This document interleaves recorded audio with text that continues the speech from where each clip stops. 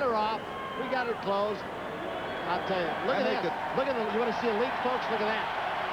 There is a bad leak. They expected it. There are some areas where they've not put the paneling on.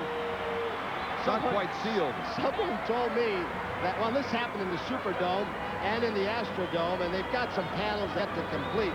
But somebody told me that there was an executive meeting in the third a couple of days ago here, and in the second floor, another meeting, and one of the executives went to the bathroom. Well, the guy upstairs, yes, folks, he flushed the toilet, but the pipes, folks, he flushed the toilet, but the pipes flew downstairs. And this poor guy on floor 2.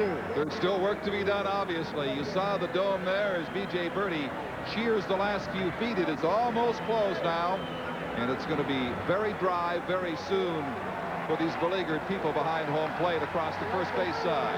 I make it about 32 minutes coming up now since they first started the process.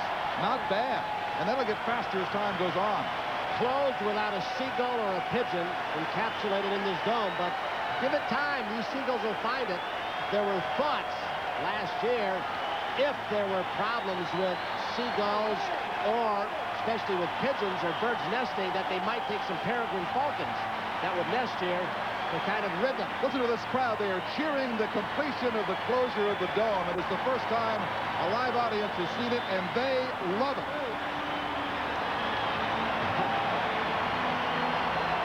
Gives you chills, doesn't it? I mean, this is the first. And folks, there it is. Mission accomplished. And you believe this, just when you think you saw it all, huh? Makes you kid again. And our alert producer Tom McKee and director Michael Lansbury will give you a fast-forward replay as soon as they have it. Nah, I'm just kidding. You believe replaying the closing of the dome? I wonder what Mike Flanagan's comments were. He is probably quick-wittedest or quickest-witted of the Blue Jays, whichever way you want to put it. There are a few crack comments, I would guess. Yeah, George, it is something. They don't have anything like this in San Pedro de Macorís, huh? Nowhere in the world do they have this. So a new player goes in the lineup for the Brewers. You saw Sheffield hobbling, trying to get to George Bells, and they have now put a new shortstop in for Gary Sheffield. Right at the top right of your screen is Gus Polidor, who will go on to play shortstop. There's Gus over from the California Angels. Started the first game here, the inaugural for Gatner, who was hurt. What you saw a moment ago, Tony, the rain still falling on a little band of spectators, was that the roof is not totally sealed in some areas, and so there will be some leakage short term. It'll certainly be around for a few weeks, but they can play. The field's dry, and away we go. Couple minor flaws, and that's it. The situation is this: first and third for the Jays, 1 ball, 1 strike with 1 out. Lloyd Mosby gets the count in his favor, 2-1. 3-0 Blue Jays in the bottom of the 6th. Gruber started the inning, grounded out the second. Bell chopped the single. Sheffield couldn't handle it. He beat it out. He's 3 for 3. And then McGriff grounded to Brock, who threw the ball left field. Bell going all the way to third. Error on Brock. That baby was about 1.5 feet outside. Lloyd went after a bad pitch, even the count at 2-2. Well, what does the SkyDome do for non-play? I don't know. When's the last time you saw a man standing in the batter's box with raindrops on his helmet and he's playing indoors? 3 balls, 2 strikes to Mosby. And Mike Squires, the first base coach, goes over to McGriff. I'll give him a little advice, whether he's running or not. Usually, if the man at first base misses the sign, they give a glance to the first base coach, and he gives you a wink that means you're going. Simplest sign in baseball.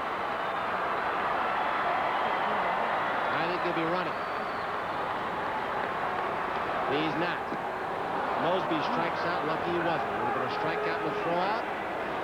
And the reason I would guess that Cito Gaston did not set McGriff is because Ernie Witt is up. He is 2 for 2 with a couple of RBIs.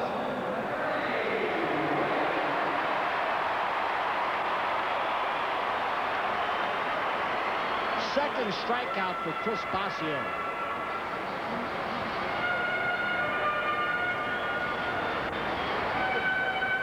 Ernie Witt with a grand slam home run in Boston, and the Blue Jays come back when they were down 10-0 in the 6th inning. And then Junior Felix won the ball game with his two-run home run. 1 ball, no strikes to Ernie.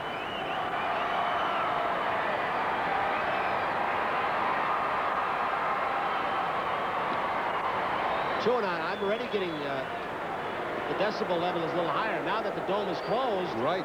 You can hear the fans. I think I can. Am I imagining it down? The fans are a little bit louder. It will not be quite like the din that was heard in the Hubert H. Humphrey Dome when the Twins won it all. That's when everybody wore the earplugs.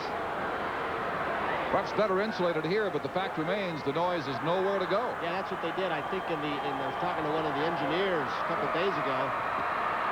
Just missed the outside corner. 3-0 to Ernie Witt. You better believe he's going to be swinging with 2 on and 2 out if he gets his pitch. Yeah, they put special insulation and padding up there to help the acoustics. So I guess with about 200 speakers around the outskirts of this, the acoustics for a rock concert or an opera are going to be just phenomenal in this park. Ball 4. They're loaded up for Rance Mullins, who has a chance to redeem himself. He is grounded out with runners on second and third, back to the pitcher, and grounded into a double play with a couple of men out. Fastball that just runs way out of the strike zone, loading him up. Tom Trebelhorn, we talked about the tricky move he made yesterday. We brought Chuck Trim into the ball game, and then he brought a left-hander, Tony Fossas, in. Everybody thought Trim was leaving, and what happened? He put Trim at first base.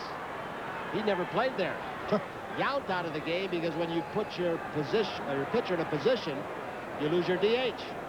And then after Fossas had a single, 2 RBIs,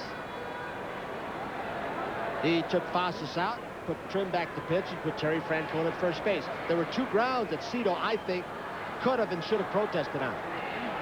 One, he talked twice to Trim in the same inning when he came back out, and he should have been removed from the game. And another one, again, depending on what the umpire's judgment might have been, another one is they allowed Trim the second time he came back 5 warm-up pitches, which he was not supposed to be able to get. That's only 5 warm-ups for a position player. And Cito decided not to, but to be safe, you should always say protest.